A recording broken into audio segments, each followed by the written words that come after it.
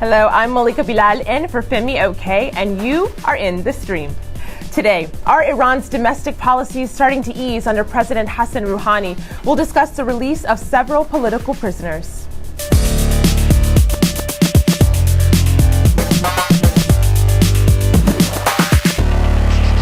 Co-hosting with me today is Latoya Peterson, part of our digital team here. Together, we'll bring as many of your comments and questions into the conversation.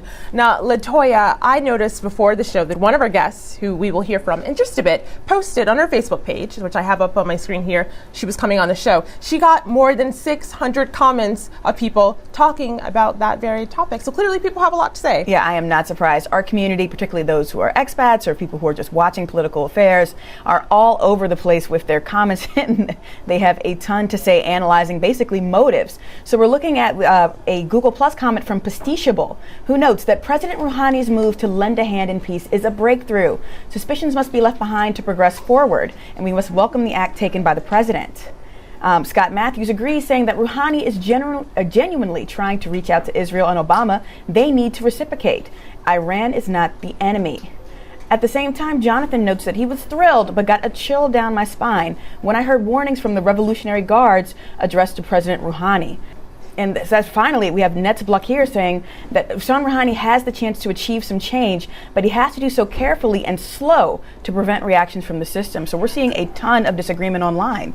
Of course, this is a live conversation, and you can join in by tweeting us with hashtag AJStream.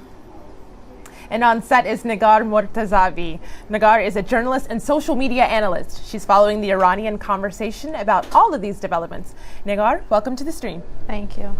Well, they say a picture is worth 1,000 words, and that's one of the reasons we're on Instagram. Follow us at AJStream or visit the link below. There you'll see pictures from upcoming shows, as well as stories we're following.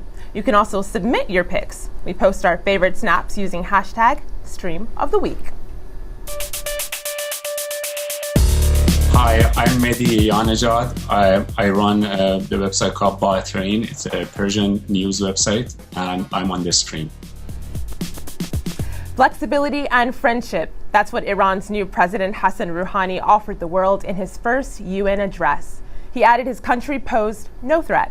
Well, back in Iran, authorities reinforced Rouhani's message by announcing the pardon of 80 prisoners, including some who were arrested during the 2009 protests.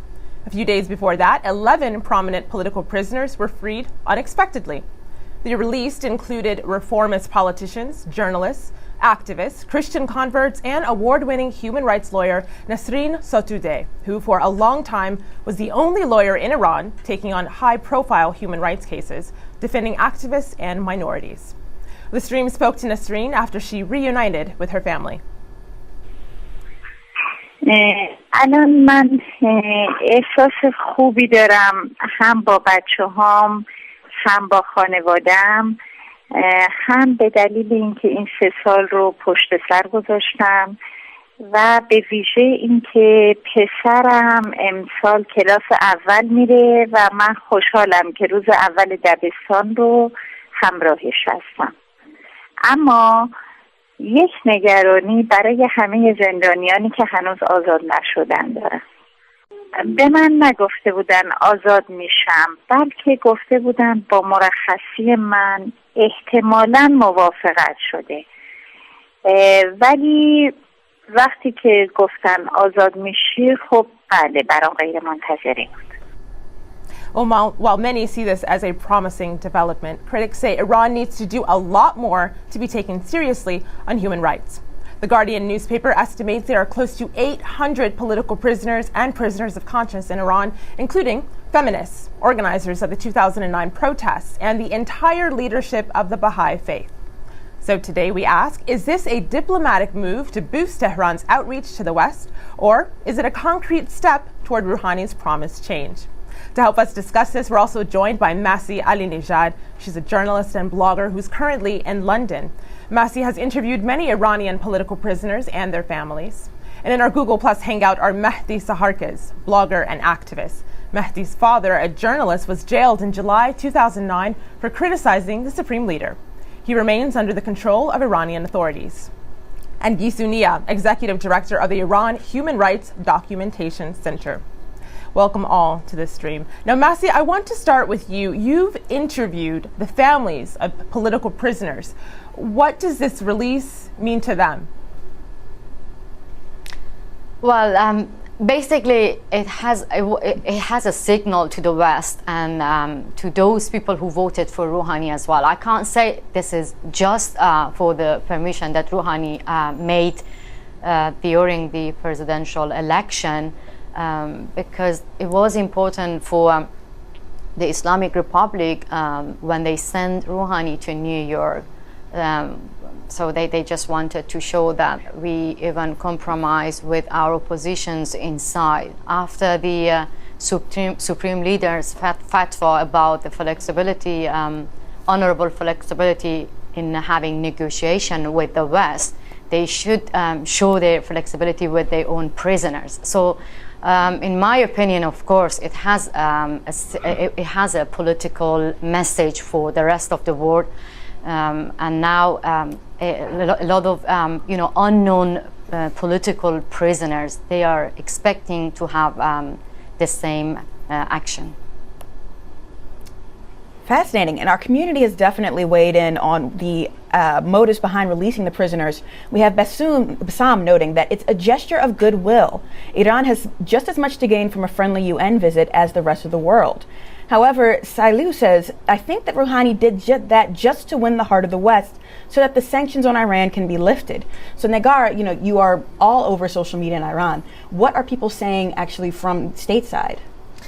I was just actually chatting with Ehsan, a young engineer in Tehran, and he's telling me that basically the feeling in the air is a feeling of hope. You can say that there's hope in the air in Tehran. He says Tehran has become a different city to live in. Not that the economy has changed so much. There's still more police, there's still traffic, there's still pollution, but there's this feeling of hope for a better life, for a better next year, if not this year, within the Iranian population, at least the people who voted for Rouhani, which didn't exist 6 months ago. He says 6 months ago, he says, every day we're waiting for something to get worse, but today there's hope for something to get better, and there's a feeling that at least this government, who has been elected by popular vote, has a goodwill to make situations better. You mentioned today there's hope. Well, Gisu, I want to go to you with that because, as we know, not everyone was released. The Guardian reports that there are an estimated 800 political prisoners that are still being detained. Who wasn't among the released? Well, I was speaking to a good friend of mine who is a former Kurdish political prisoner, and he said it seems like hope hit Tehran, but it didn't hit the provinces. And by that, he meant that as far as we know till now, none of the imprisoned ethnic minority activists were in that number who were released. Many prominent Baha'i prisoners of conscience have not been released. And student activists, we have to wait and get more information about who was in the 80, but from what we understand, we don't have any confirmation yet on whether any of them were student leaders.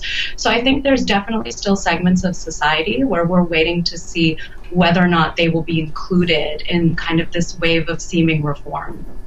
Hope hit Tehran. It's an interesting way to put it.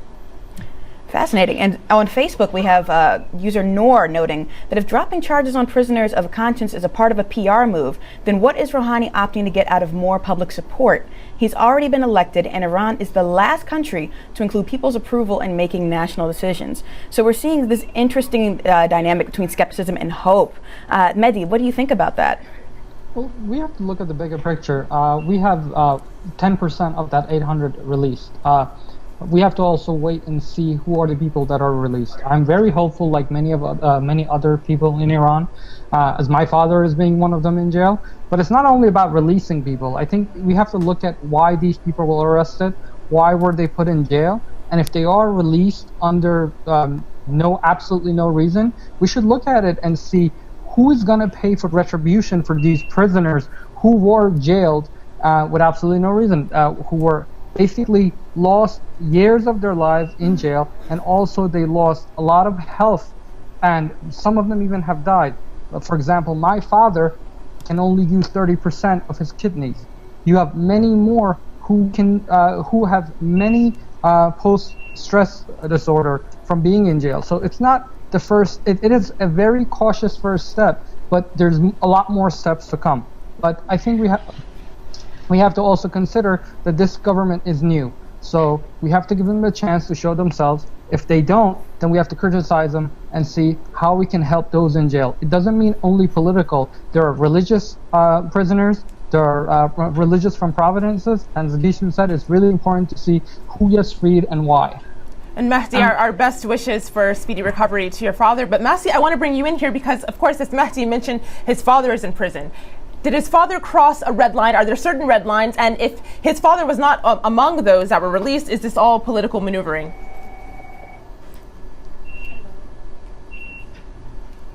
Mahdi? I can't hear you. That's okay. I'll repeat the question. Mahdi just mentioned... Sorry, okay. I can hear you now. If you ask me about Mahdi's father, I have to say that... can you hear me? Yes, please go ahead. Yeah, I mean...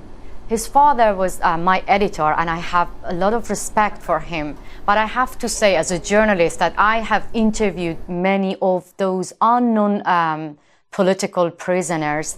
And Mehdi Sahakhis, Isa Sahakhis was one of the bravest one, and everybody knows about. He lost his health in prison, and to complete his son's statement, I have to say that I've interviewed the family, the mothers and fathers of those prisoners who lost their beloved in prison, and they are asking the same question as Mehdi.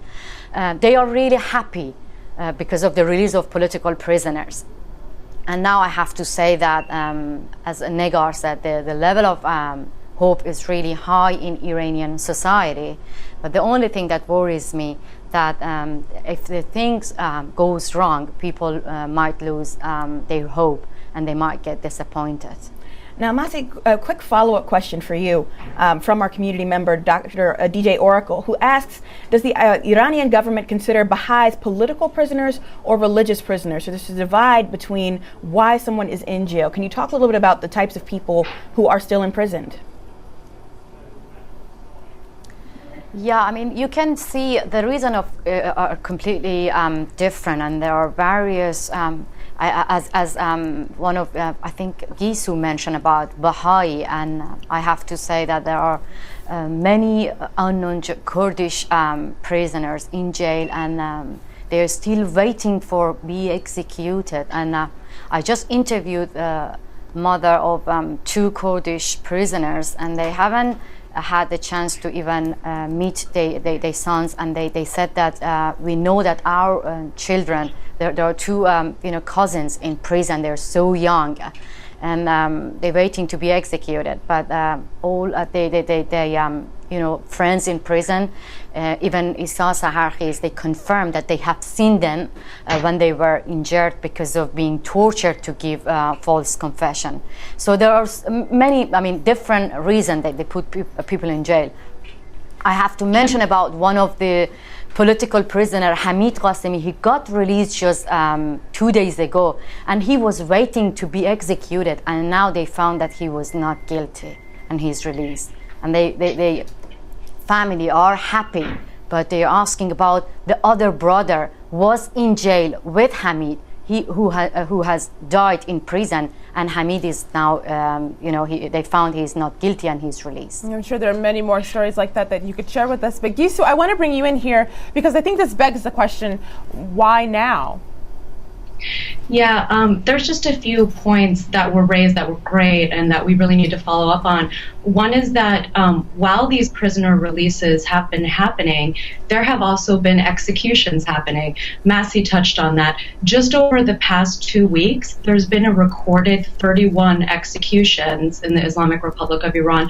Iran is the global leader per capita in executions. So while we've been getting this positive news, which many have pointed out was coincidentally timed with Rouhani's appearance at the UN General Assembly in New York, we've also been getting a steady stream of not so great news on executions, on other people being summoned for questioning, like Peyman Aref, one of the leaders of one of the members of the National Front, and an acclaimed film director named Mohammad Rasulov, who created a very powerful film about the chain murders, which is still a very sensitive topic in Iran.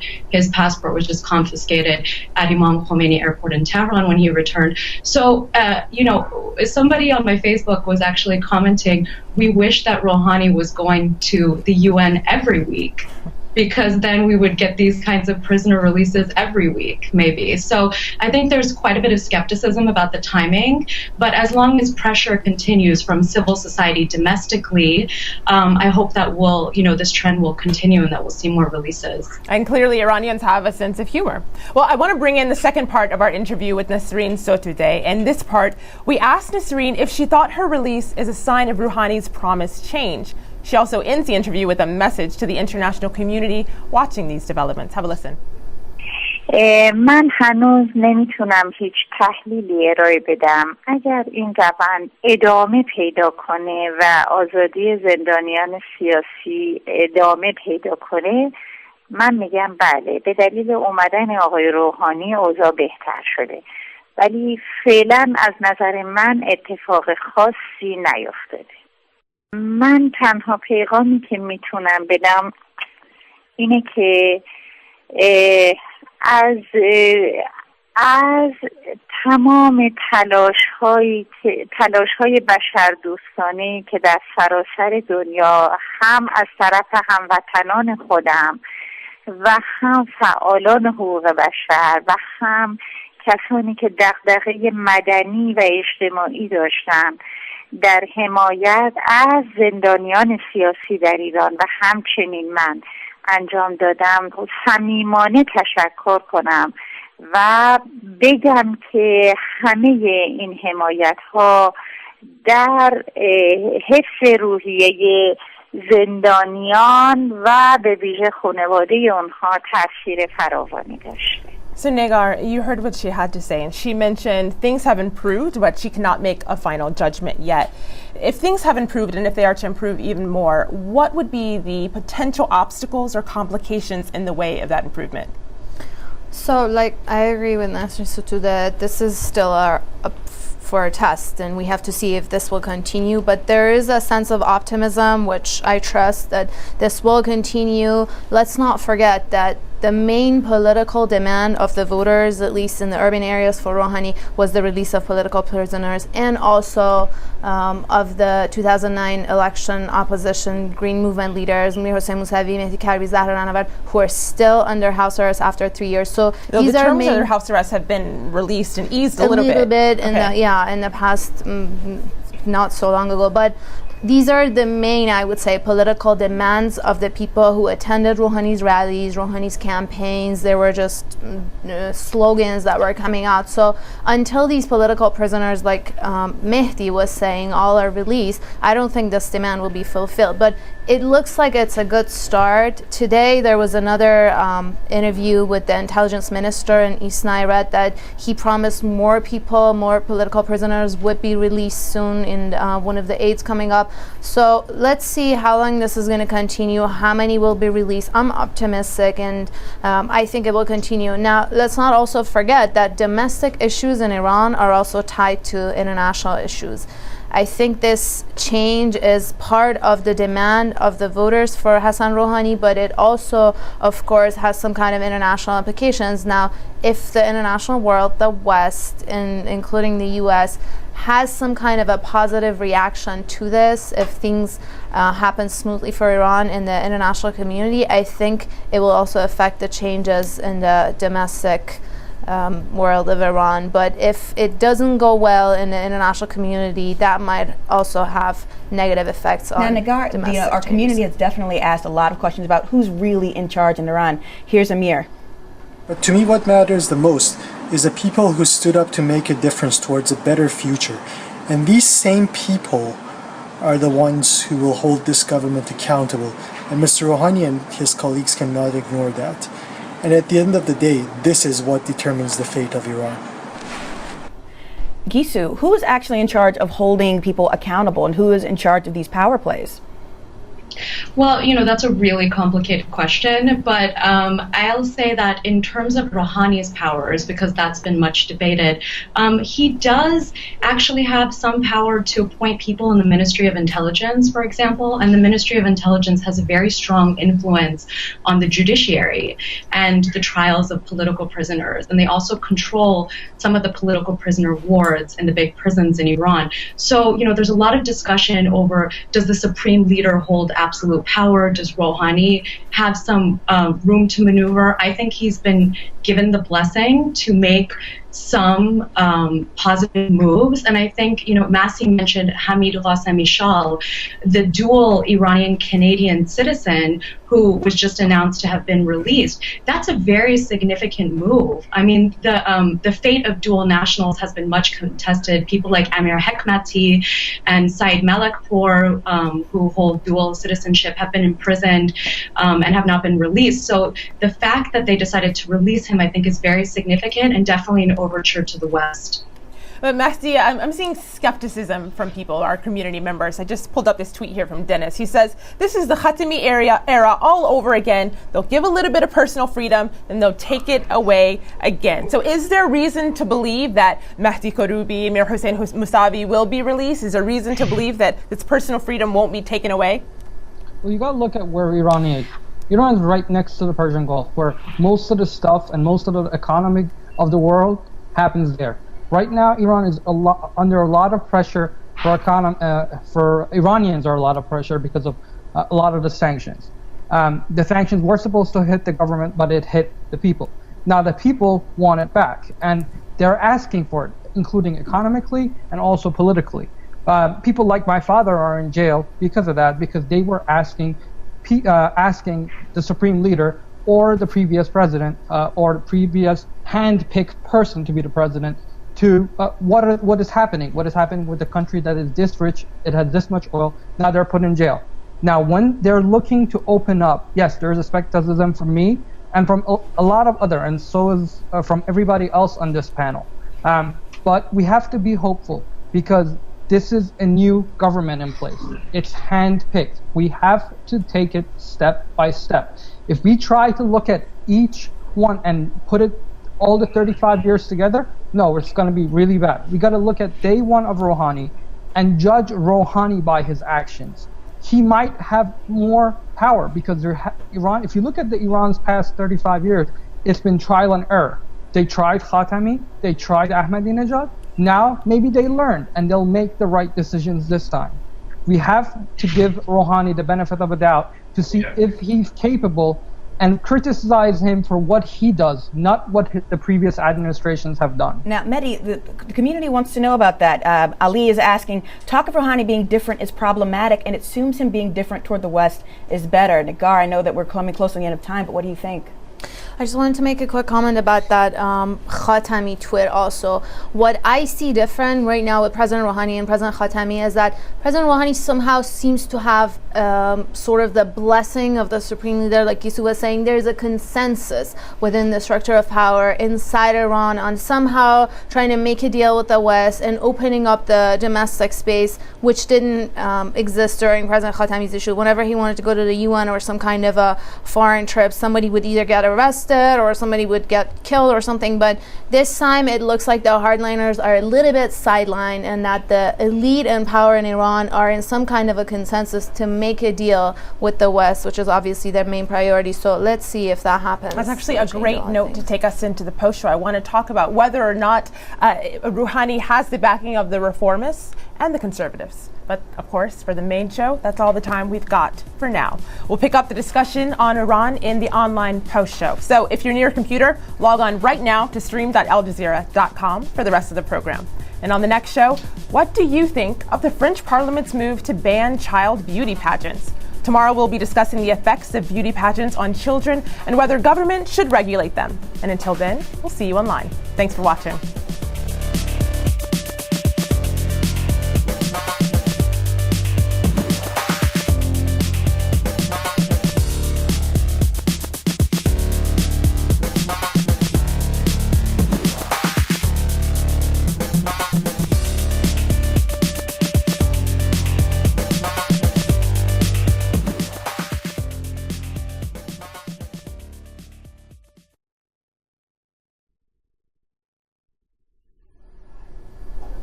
Welcome back to the Online Post Show. We've been talking about the political prisoners released in Iran. Is this a sign of change happening in Tehran, or is it a diplomatic boost to Rouhani's outreach to the West? The guests helping us answer these questions are Negar Mortazavi, journalist and social media analyst. She's been following the conversations Iranians are having about these recent developments. Masih Alinejad is a journalist and blogger. She's interviewed many Iranian political prisoners and their families. Mehdi Saharkis is a blogger and activist. Mehdi's father, a journalist, was jailed in July 2009 for criticizing the supreme leader. He remains under the control of Iranian authorities. And Gisu Nia, executive director of the Iran Human Rights Documentation Center. Now, I want to get us right into this discussion and start us where we left off. Now, Negar, you were ending the live portion of our televised portion of our show by talking about the support that Rouhani has from conservatives and reformists. So, Masih, I want to go to you with that. Is that does that mark something different from Rouhani? Is that a sign of what's to come? I interviewed many, MPs and politicians about the victory of Rouhani. They believe that this is the victory of moderation over, extremism, and that means Rouhani is completely different from Khatami and Ahmadinejad, because every time when Khatami was in New York, as Negar mentioned, he was getting attacked by the hardliners, and even Ahmadinejad didn't have the support from supreme leader from the end of his presidency. And now we can see, there's a saying in my country, we say that the supreme leader send the hardliners, in holidays. And now we see that Rouhani has the support from reformers and from the conservative and the supreme leader. So that's why I think that caused the hope in society, and people believe that when he get back from New York to Iran, he won't get attacked by the hardliners. He have the support from reformers and conservatives, and he wouldn't face any obstacle or problem to bring all his promise and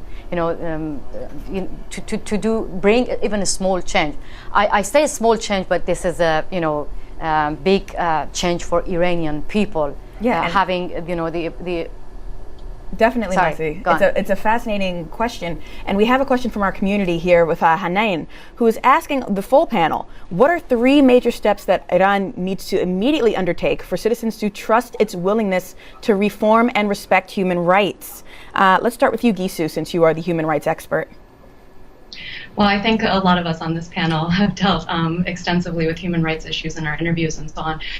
I'd say the first step is, and an easy one, is release Mir Hossein Mousavi, Mehdi Karhoubi, Zahra Navard, and basically the leaders of June 2009. They're still under house arrest.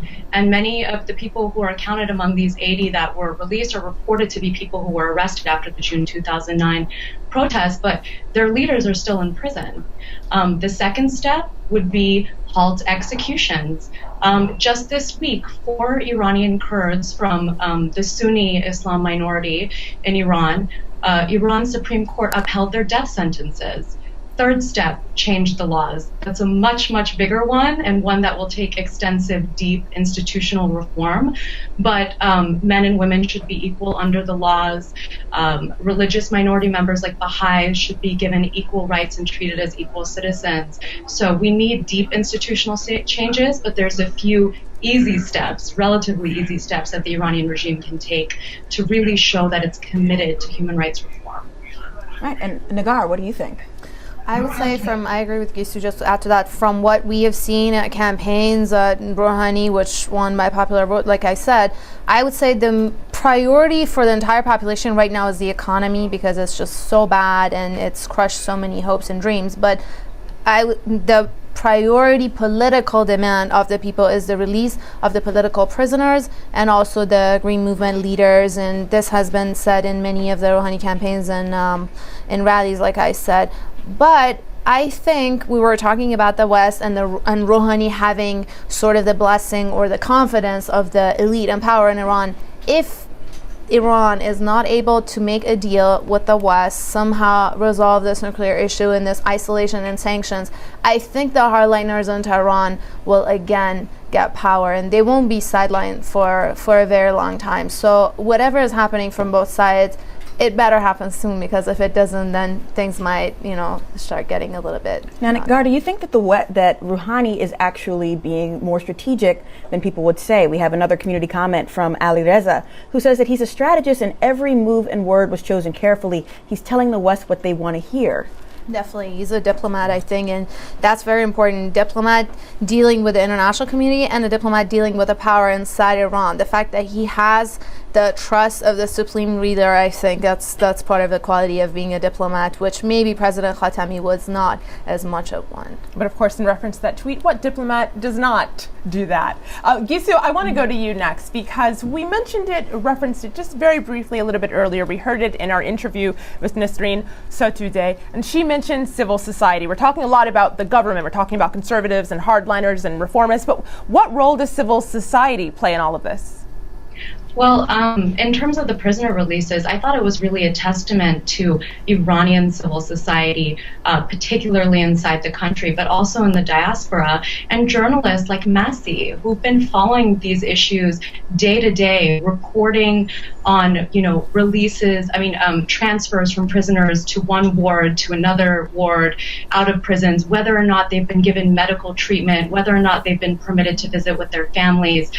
Groups like Committee of Human Rights Reporters and other, news sites like Harana and so on, really issue these daily reports covering prisoner movements, covering people's trials. And it's really a testament to people like Massi and others who track this issue that this kind of information is available to begin with and is available online, and that the Iranian leaders know that the Iranian population cares about these individuals and is demanding their release. We don't have much time, but I want to do a slight round table. I want to go around our hangout and our guests, and I'd like you to have an answer to this question. You all dedicate your lives and your work to a place that you can't visit, a place that you don't live in. What gives you hope to keep going? Massi? I don't think that I don't live in Iran. I speak with Iranians every day. I write about Iran. I read about Iran every day. I don't think Iran is something with place or trees or things that you can touch it. Iran is something that I carry on my shoulder. So the only thing that keep me just not losing hope, it's Iranian with high hope. They are still fighting with those conservative and the government, but they still have hope. So I have to keep hope and be their voice. Nigar? That's a tough question. It's a personal question. When I was making this decision about 5 years ago to do the kind of work that wouldn't allow me to go back maybe for a while, just the question I asked myself was, if things change in the next 10, 20, 30 years, would I want to be the person who looks back and says, I could have been part of it and I chose not to just because of, my own personal life? Or would I want to be part of something even if we try and nothing changes? But I think there's a lot of hope. If the Iranian population with that situation went to the ballots again, hoping for some kind of change, and they still have hope for a better future, like I said, Ehsan is telling us from Tehran, then who am I to not have hope? Gisu? Well, I'm a little different than everyone on the panel in that I've never had the opportunity to actually live in Iran. I've gotten to visit, but I've never had that wonderful opportunity to live there. And I think there's a lot of people like me who were born after their parents fled, for the revolution, and they were born in other countries, that feel this incredibly strong commitment to the country and know that, were it not for some decisions of our parents and maybe some good fortune in some cases, we could very well be those student activists and those women's rights activists who are asking for greater freedoms and ending up in jail on account of it. So I think there's not a day that goes by that I don't want to support those efforts and just supplement the best way that I can. And Mahdi, your answer, but also, are you hopeful that you'll soon be reunited with your father? Well, first of all, I can't go back right now, but hopefully, yes, we can meet again. But exactly, my father gives me hope. And if I want to quote my friends in Iran, the new president is bright and acts as though it is real. Like, give me real hope for the future. I think everything will be better soon. These are quotes from the people of Iran, and that gives me hope. When they have hope, I have more hope to help them, even if it's for a little bit, to get what they really deserve. The same style and life of living that we have all around the world, and they have not experienced yet. That gives me hope to go on and help them achieve their dreams, and their dreams become my dreams. All right, and our community is equally as hopeful. Just to end on a final note, we have Chocolate Plum Hilsey, who notes that we can only debate now, but time will give the final judgment. But I see a better future and relationships in peace in Iran. Great way to end it. Well, thanks to all of our guests for being on today's show. And on the next show, what do you think of the French Parliament's move to ban child beauty pageants? Tomorrow, we'll be discussing the effects of beauty pageants on children and whether governments should regulate them. And your host, Femi Oke, will be back. Until then, we'll see you online.